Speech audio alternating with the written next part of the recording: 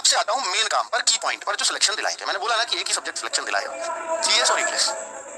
GS और English बच्चों, हमारे यहाँ का स्पेशली यूपी बेस्ड बच्चा, हिंदी भाषी बेस्ड बच्चा, हरियाणा बेस्ड बच्चा, एमपी बेस्ड बच्चा, बिहार बेस्ड बच्चा, ये जो बच्चा है ना, ये इंग्लिश बहुत कम पढ़ पाता। अब तो ये लोग भी पढ़ने लगे हैं। मैं आपको बता दूं, बहुत सारा बच्चा सिर्फ इस वजह से एमटीएस का फॉर्म नहीं भरता था क्योंकि इसमें इंग्लिश। बच्चों 25-25 क्वेश्चन दोनों के इंग्लिश के आएंगे। एक क्वेश्चन 3 मार्क्स का है, 75-75 मार्क्स के सब्जेक्ट हो गए, 150 मार्क्स बन जाते हैं। इन 150 में से जो बच्चा ज्यादा स्कोर करेगा, इसमें इतना करना अनिवार्य, इतना कर लिया तो इसको चेक होगा। अगर यही नहीं कर पाए तो चेक भी नहीं होगा, फिर तो आप डिस्क्वालीफाई है। ये कर लिया, ये चेक होगा। अब 150 में से जिसके ज्यादा मार्क्स, उसका सिलेक्शन होने वाला है। ठीक है, अब कौन ज्यादा करेगा बच्चों? अब देखिए, मैं आपको बोल रहा हूं कि एसएससी की जीएस कैसी आती है। एसएससी की जीएस ऐसी आती है कि 25 में से आधे क्वेश्चन, 12 से 13 क्वेश्चन हर बच्चा हो सकता है कर जाए। मतलब एक नॉमिनल जीएस जो आप कहीं भी देखते हैं, जिसको आप बोलते हैं कि आसान जीएस आई, तो 25 में से ऐसे आपको सिर्फ 12-13 क्वेश्चन मिलेंगे, इंक्लूडिंग करंट अफेयर्स। सर फिर 12 क्वेश्चन कैसे मिलेंगे? सर वो जो 12 क्वेश्चन मिलेंगे ना, वो बहुत मेहनत करने वाले को उसमें 4-5 क्वेश्चन और बढ़ सकते हैं। यानी एक बच्चे ने बहुत ज्यादा जीएस पे मेहनत की तो वो 4-5 क्वेश्चन और ज्यादा कर पाएगा एक नॉर्मल बच्चे से जो 12-13 कर रहा है। यानी मैक्सिमम टू मैक्सिमम मेरा ऐसा अनुमान है कि आप 18 क्वेश्चन अगर जीएस में कर लेते हैं तो एक बहुत बड़ी जीत होगी। एक बहुत अच्छा बच्चा 18 क्वेश्चन जीएस में कर पाता है और नॉमिनल बच्चा 13 क्वेश्चन जीएस में कर ही लेगा, ये आप मेरा यकीन मानना बच्चों। अब आप 13 से 18, यहाँ पर बच्चे ने फर्क डाला है 5 का। अगर कोई बहुत मेहनती बच्चा है तो ही यहाँ पहुंचेगा जीएस।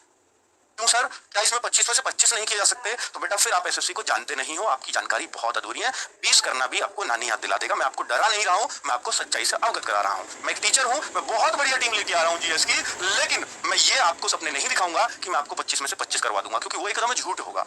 कोई भी ऐसा दावा कर ही नहीं सकता। 20 का भी अगर कोई दावा कर रहा है तो बहुत बड़ी बात है।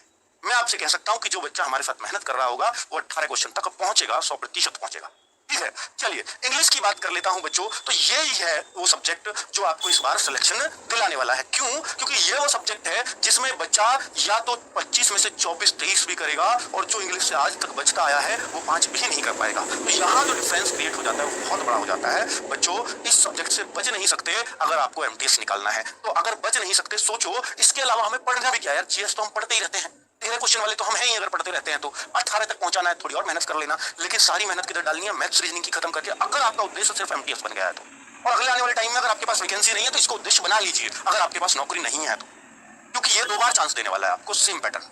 ठीक है, तो मैं आपको बोलूंगा बच्चों कि इंग्लिश को पढ़ना शुरू कर दीजिए। अगर एक बार आपने पढ़ना शुरू कर दिया, आपके पास ऑप्शन ही ऑप्शन खुल जाएंगे नौकरियों के, जो आपको बंद होते नजर आते हैं, क्योंकि आप सिर्फ स्टेट एग्जाम को फोकस कर चलते हैं कि यूपी पुलिस है, जीडी है, इस तरह स्टेट एग्जाम को फोकस ना करिए। अगर आपने इंग्लिश कर लिया तो आपकी सेंट्रल गवर्नमेंट में जॉब लगनी तय है।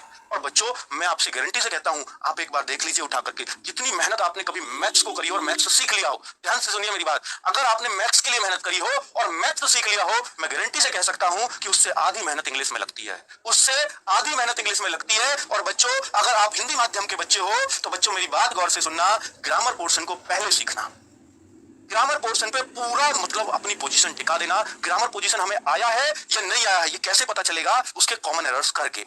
बच्चों ग्रामर जब सीख रहे हो ना तो याद रखना, अगर आपको नाउन सीखना, जैसे आपने हिंदी सीख रखी है संज्ञा, पूरा संज्ञा ही तो नाउन है, जो आप हिंदी से कंपेयर करके उसको याद करना। अगर आपने हिंदी पढ़ी हुई है तो, आपने सर्वनाम पढ़ा हुआ तो प्रोनाउन को कंपेयर करके उसको याद रखना, आपको एक एक बात याद हो जाएगी और कभी भूलेंगे भी नहीं। और बच्चों जब आप नाउन पढ़ लेना तो नाउन के करेक्शंस करिए, कॉमन एरर्स करिए, आपका ग्रामर बहुत स्ट्रांग हो जाएगा। अगर आप प्रोनाउन पढ़ रहे हैं ना तो प्रोनाउन के भी कॉमन एरर्स जरूर करिए। आपको एक एक रूल अगर याद रहेगा दिमाग में तो वो सिर्फ कॉमन एरर्स की वजह से याद रह सकता है, वरना तो रूल याद करोगे और दिमाग से निकल जाएगा। उसको अप्लाई कर दीजिए रूल को, मतलब कॉमन एरर्स के रूप में। अगर आपने कोई रूल डायरेक्ट याद किया कि इसमें इसकी जगह ये कर देते हैं और एक आपने उस पर कॉमन एरर के थ्रू की, एग्जांपल है इसमें इस तरह से गलती आ जाती है इस रूल की वजह से, तो वो आपको मतलब कई गुना ज्यादा समय तक याद रहेगा जो आपने कॉमन एरर्स के थ्रू याद रखा है।